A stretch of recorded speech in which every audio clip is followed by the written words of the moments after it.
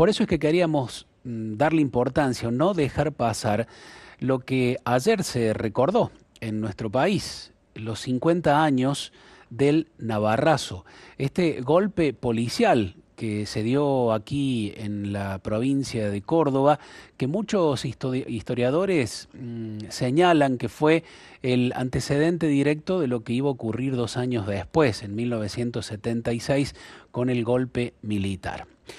Para hablar de este tema, de las enseñanzas que nos dejó toda aquella parte de la historia, hemos convocado a Esteban Tito Domina. Esteban no solamente es historiador, no solo ha estudiado, sino que también fue testigo joven, podemos decir, de estos acontecimientos. Por eso lo hemos convocado aquí para la reflexión. Te saludamos, Tito, es un gusto tenerte nuevamente aquí en Radio María Argentina. Gracias, Javier. Es un gusto para mí compartir con la querida audiencia de Radio María. Bueno, en este caso un evento feo, una mancha en la historia del país, diría, porque trascendió a Córdoba, lo que señalaste como el famoso Navarrazo, que se cumplen 50 años. Efectivamente, yo estudiaba en Córdoba, era estudiante de Ciencia Económica en ese momento, y vivimos esa jornada que es bueno evocarlas con un sentido, como bien lo presentaste, Javier, de entender el pasado, conocer el pasado, para no volver a cometer los mismos errores, para mejorar. Tito, yo te interrumpo porque, No, por favor. porque me parece interesante, porque nos va a ahorrar también muchas palabras, presentar un video muy cortito, una parte de un video que han elaborado colegas del canal Encuentro, que me parece porque resume tal cual la crónica del hecho puntual. Y a partir de allí, claro, después junto con Cecilia también te vamos a preguntar algunas particularidades de lo que fue. Pero lo compartimos, es muy cortito, pero muy con todos los detalles. 27 de febrero de 1974. En la provincia de Córdoba, un rumor se propaga con fuerza. El jefe de la policía local, Antonio Navarro, prepara un golpe policial contra las autoridades de la provincia. La acusación es grave. El gobernador Obregón Cano decide tomar medidas. Se adelanta a los hechos y ordena su relevo inmediato. A partir de las 16:30 se inició la movilización de efectivos policiales. Patrulleros del Comando Radioeléctrico y unidades de la Guardia de Infantería con equipos de combate se desplazaron por el perímetro de la Plaza San Martín y tomaron posiciones desalojando a los transeúntes. Con el apoyo de la policía cordobesa, Navarro se niega a acatar la orden, se acuartela y detiene a Obregón Cano y a su vicegobernador, Atilio López. Ante la sorprendida mirada de los cordobeses, el paisaje de la ciudad cambia y en los alrededores de la jefatura se instalan ametralladoras. La policía se atrinchera cortando todos los accesos al centro histórico. Policías y civiles armados patrullan las calles a la casa de militantes políticos y gremiales, mientras el gobierno nacional se niega a restituir en su cargo a las autoridades democráticas y decide la intervención de la provincia de Córdoba. El golpe que da la policía cordobesa logra su objetivo, y con este triunfo, muchos creen ver oscuros presagios para la democracia recién restituida. Bueno, hasta ahí, Tito, un resumen de los hechos puntuales. Contanos, por favor, cuál era el contexto nacional y provincial en el que se gestó el Navarrazo. Tal cual, porque además fue, Javier, una cosa insólita, porque estábamos acostumbrados los argentinos a los golpes de Estado.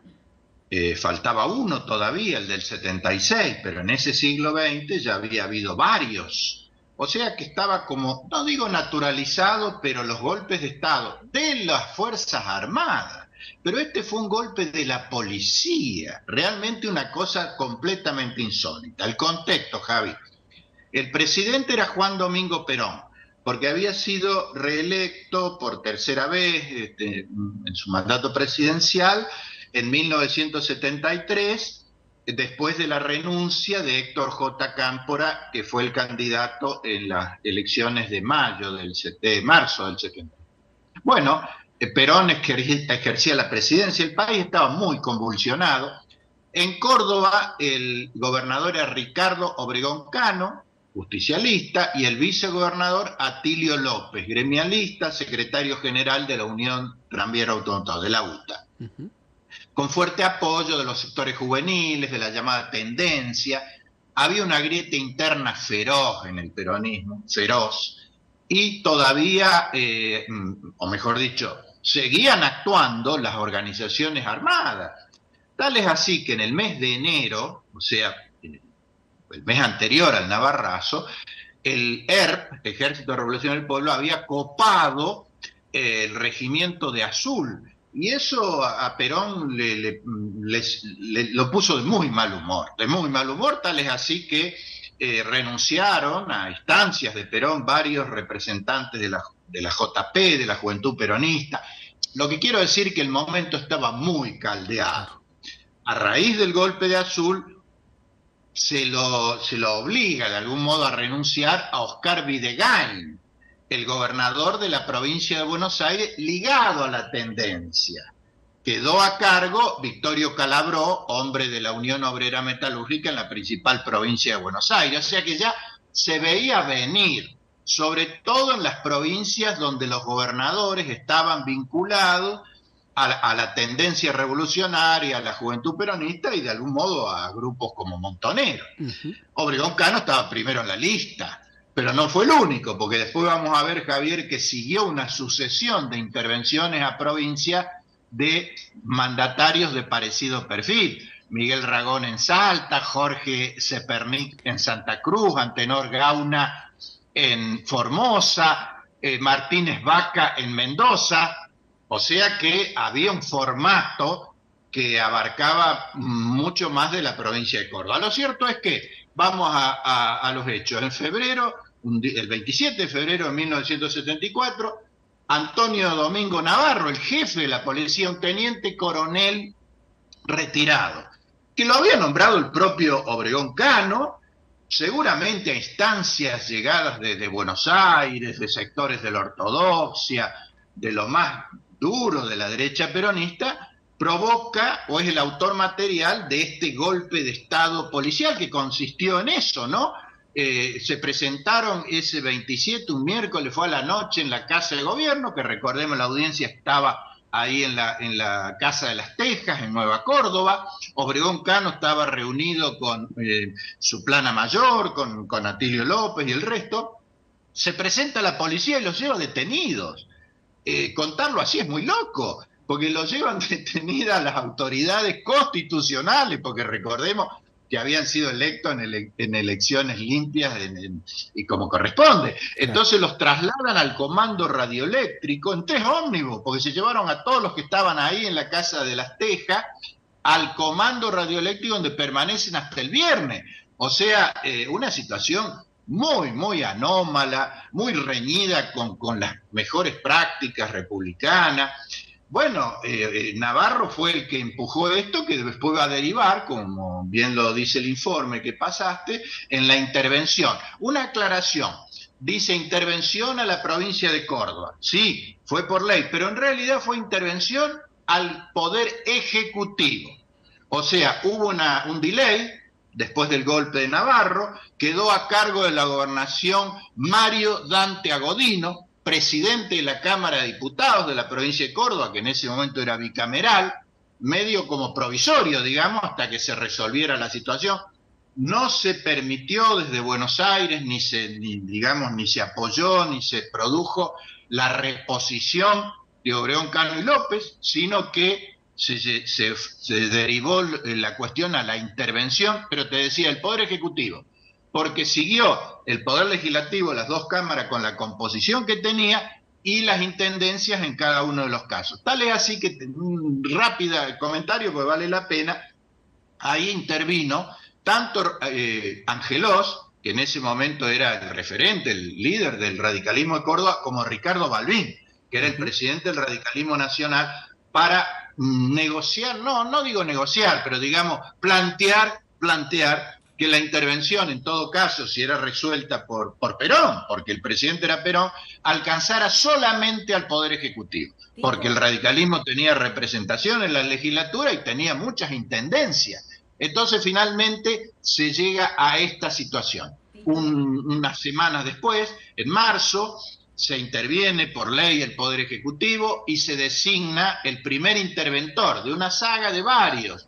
Este primer interventor se llama Dulio Brunello, que podríamos decir, Javi, encasillarlo como Paloma, ponele, en ese momento de tanta ferocidad en el seno del propio peronismo. Claro. Pero después lo va a suceder ahí nomás, a los pocos meses, un halcón, ¿no? Bien. Tito. Hola Tito, buen día, ¿cómo estás? Hola Ceci. Todo bien. Bueno, escuchándote atentamente todo el relato, pero la pregunta venía ahí porque justo lo nombraste, el presidente Perón. ¿Qué actitud toma ante este hecho? ¿Lo avala? ¿Lo rechaza? ¿Cuál es la actitud del presidente de ese momento, Perón? Muy bueno, Ceci, porque en realidad Perón no hizo ninguna manifestación pública, así directa, con relación a lo que pasaba en Córdoba. Van a encontrar en versiones de historiadores, de informes de la época, que habría dicho que los cordobeses se cocinen en su propia salsa. En realidad es verosímil porque Perón estaba muy enojado, en un lenguaje vulgar diríamos muy caliente con todo lo que estaba pasando. No en vano, ustedes recuerden que poco después, en mayo, los echa mal a la juventud peronista, a los representantes de la tendencia, el 1 de mayo de la Plaza de Mayo, cuando se celebraba el acto, los trató de imberbes, estúpidos y no sé cuántas cosas más. O sea que Perón ya venía muy juntando bronca, en el sentido de que es muy posible que si no lo decidió él, tampoco hizo nada para impedirlo. Esta es la pura verdad. Claro. Porque los hechos históricos son esos. Si Perón, con todo el poder que tenía, con toda su estatura política, no hubiera estado de acuerdo, hubieran repuesto a las autoridades constitucionales. No fue así. Y todo lo que sucede después confirma a dónde iba la cosa, la dirección de la cosa, muy fea, muy negativa, que empeora todavía más cuando en julio de ese mismo año muere Perón y queda a cargo María Estela Martínez, su viuda de la presidencia. López Rega, el hombre fuerte de ese gobierno, y bueno, por eso yo decía hace un rato que el segundo interventor, Raúl Lacabane, es un halcón de ese momento, ya sin Perón, donde se preanuncia lo que va a venir después, porque en Córdoba en realidad el terrorismo de Estado empieza antes del marzo del 76, y uno de los promotores de la represión ilegal y de todo lo feo que vino después fue precisamente Raúl Lacabane. Tito, vos que siempre tuviste inquietudes políticas, sociales, económicas y por supuesto con lo que tenía que ver con la historia, ¿no? La historia viva, digamos, has sido testigo y también protagonista de eso. ¿Qué enseñanza te parece dejan sobre el valor de la democracia, de la libertad, estos episodios? Digo, para también leerlos desde nuestra realidad actual, ¿no? Sí, porque la democracia, como bien lo dice Javi, las instituciones, la república, yo suelo repetir que es como un ser vivo, con todo respeto, por favor, que nadie se enoje, como una mascota, como una planta de esas que uno quiere, que hay que cuidarlas, que hay que alimentarlas, que hay que protegerlas, porque si no se mueren.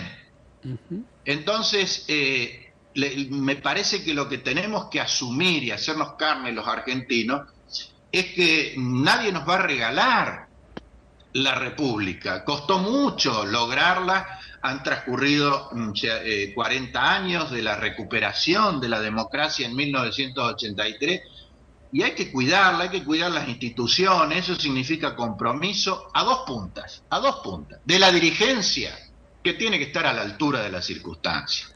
La dirigencia tiene que entender que no se puede vivir envueltos en conflictos, en divisiones estériles, en enfrentamientos, en agravio.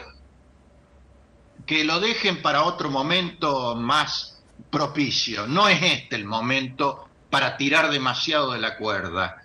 Eso es una enorme responsabilidad de la dirigencia, que todavía tiene, digamos, que responder en ese sentido al pueblo argentino.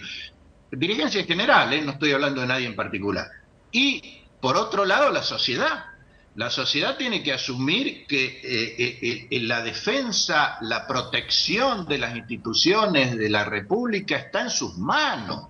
La sociedad es responsable de cada vez que es convocada a elegir y después, pero ahí no se tiene que terminar el rol ciudadano, Javi, Ceci, con ir a votar el día de los comicios y con eso ya está. Porque me dieron el tiquecito, lo guardo y ya... No, es un ejercicio cotidiano, hay que estar informado, participar, porque es la valla de contención, es el dique de contención para que no pasen cosas. Ni hablemos del Navarrazo, ni hablemos del golpe de Estado del siglo XX, que fueron 6 veces no estoy diciendo con esto que esté amenazado esto, ni nada menos. Pero sí creo que hay que mejorar mucho la calidad institucional, la calidad republicana de la Argentina, Javi, Ceci, porque pese a que la Constitución rige perfectamente, no hay ningún óbice, eso no alcanza, tiene que haber un ejercicio ciudadano permanente para garantizar que los valores republicanos establecidos en la Constitución sean efectivos. Y eso nos alcanza a todos.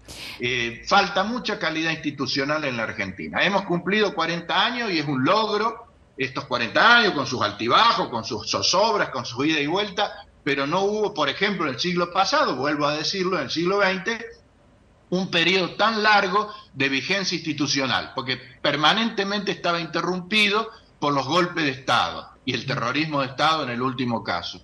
Pero eso no es suficiente. Hay que mejorarlo, tenemos que tener una democracia mejor que la que tenemos. Tito, democracia a la luz de los hechos, de lo ocurrido en ese momento, en el Navarrazo, ¿qué hicimos mal los argentinos? Digo, para tenerlo en cuenta en la actualidad y no repetir. Qué bueno, Ceci, porque era un momento histórico distinto. Yo siempre repito, no saquemos las cosas del contexto. Este hecho o cualquier otro, Ceci, porque si no la pifiamos. Si analizamos los hechos con los paradigmas del presente, los hechos del pasado, claro, obviamente nos equivocamos. Entonces hay que volver al túnel del tiempo, digamos, poner el reloj en 1974, un momento muy jodido, muy feo en la Argentina, mucha violencia. Por eso el golpe de marzo del 76, medio, yo no digo, por favor, que fue aceptado, pero tampoco hubo ninguna movilización masiva, popular, porque la gente estaba hastiada de la violencia. No estoy justificando, me pareció tremendo, y lo que vino después ni hablar. Pero digamos, nada es casual, nada pasa porque sí. Entonces, ¿cuál es, como dice Ceci, lo que humildemente uno puede aportar? A eso, a que tratemos de no llegar a esos extremos, tratemos de que las cuestiones se resuelvan en el ámbito del diálogo, no digo que todos pensemos lo mismo, porque eso sería naif, sería ingenuo, decir, todos somos buenos, vamos de la mano cantando. No es así, la política no es eso, es un ejercicio de poder, pero tiene que estar dentro de los cánones civilizados de la tolerancia, del respeto mutuo, del acatamiento a las reglas institucionales. No hay que irse de mambo. Por favor, la dirigencia, no pasen de la raya, porque eso es lo que va creando el clima para cosas malas, para cosas negativas. Nunca el conflicto, la violencia, la intolerancia dio lugar a cosas buenas. Entonces hagámonos carne de eso y entre todos sepamos que la democracia, la república es un ser vivo, que hay que cuidarlo, quererlo y protegerlo. Qué importante, Tito, lo que decís, porque ahora sí no podemos traspolar la realidad actual para analizar el pasado, pero me parece que sí podemos utilizar las herramientas que nos da el conocimiento del pasado para ver, como vos bien dijiste al principio de la conversación, no cometer los mismos errores. Y actualmente tenemos, por ejemplo, hace un ratito estaba leyendo las noticias que hay en torno a esta suerte de enfrentamiento, disputa entre el gobierno nacional y algunos gobernadores, puntualmente el de la provincia de Chubut. Y fíjate que son las instituciones, como es por ejemplo un juez federal, el que ha tenido que resolver un planteo y el propio juez ha dicho y ha pedido a las partes en conflicto, es decir, al gobierno nacional y al gobernador de Chubut, que se reúnan para dialogar y resolver esta circunstancia. Y eso, claro, no se va a resolver a los gritos, a los insultos, sino que tienen que encontrar los caminos, los senderos para hacerlo en paz y para el bien común, ¿no? Por eso digo, me parece tan importante esto que señalas de no generar situaciones de violencia, sobre todo desde el discurso político hoy, para que podamos encontrar los caminos. Así claro, sobre todo no pasarse de la línea, de la raya, Javi, porque después es difícil volver, es difícil recular, como dicen en el campo. Entonces, cuidado los que tienen altas responsabilidades, porque está bien que haya diferencias. Yo creo que acá, en el caso puntual que citaste de la provincia de Chubut versus el gobierno nacional, puede haber una cuestión, un conflicto, porque el gobierno nacional dice había un contrato que permitía que hagamos lo que hicimos y el gobernador dice me metieron la mano en el bolsillo, por decirlo mal y pronto. Claro. Bueno, está bien, pero situaciones de estas se pueden plantear todos los días, pero tienen que encontrar los ámbitos y los caminos de entendimiento, de discusión y finalmente de consenso. Estas cosas no se pueden resolver así, y ni siquiera en el ámbito de la justicia, con todo respeto, porque la justicia en la República es un poder independiente, pero digamos, no hay que derivarle todas las cuestiones a la justicia que se pueden y deben resolver en otros ámbitos, porque la justicia no está para eso, no está para gobernar o para cogobernar, como sería estar tomando decisiones o laudando en cuestiones de gestión. Tiene la última palabra en cuanto al ejercicio del derecho, en cuanto al respeto de las normas vigentes, pero bueno, nada, yo creo que si uno le pudiera, no consejo, por favor, ¿quién es uno para dar consejo? Pero digamos, sugerir, pedir, reclamar, clamar, para que se deje de lado la intolerancia, la provocación. Hoy los medios, Javi, Ceci, facilitan todo esto porque se ha democratizado. Hablamos antes del año 1974. En el 74 los ciudadanos tenían limitadas posibilidades de expresarse por los medios. Ustedes son muy jóvenes, pero saben que era así. Así es. No cualquiera opinaba públicamente. Pero hoy están disponibles herramientas que permiten, está bueno porque democratiza, digamos, el ejercicio de la opinión pública, pero cuidado que eso también tiene que tener sus condiciones, su marco de respeto. Así que, y sobre todo, si el ejercicio se hace a partir de los niveles de poder, porque una cosa es lo que pueda decir un ciudadano cualquiera de a pie y otra cosa es lo que tienen que expresar los que tienen responsabilidades de gobierno. Por eso es un aprendizaje, probablemente este recambio generacional, Javi, Ceci, que hay en el país, porque hay gente de otra generación, sí, a nivel nacional, a nivel provincial. El gobernador de Chubut tiene 35 años. Claro. Por eso está bueno, Javi, está bueno. Sí, claro. Pero también es cierto que la experiencia es muy importante, porque tanto el gobernador, que es una persona joven, yo me alegro un montón, no sabés cuánto me gusta que haya un recambio, que aparezca gente nueva, caras nuevas.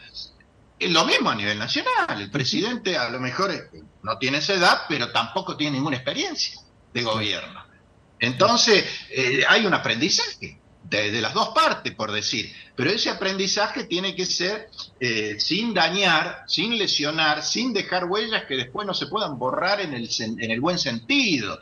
Así que bueno, tendremos los argentinos que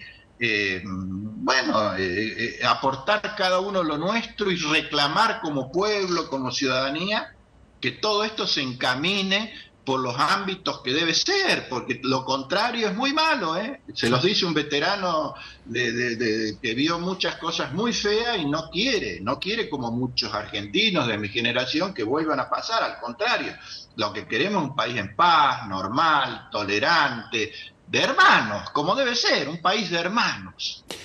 Tito, Excelente, agradecidos, excelente. como siempre, por tu testimonio, que es el testimonio de alguien comprometido con Sí. su tiempo, con los demás, con el estudio, con el repaso, la reflexión y sobre todo con esto, ¿no? Con el diálogo para que entre todos hagamos una patria de hermanos, como dice el Papa también. Un abrazo grande, Tito, gracias. Gracias, Tito. Gracias a ustedes y un abrazo a todos los oyentes de Radio María.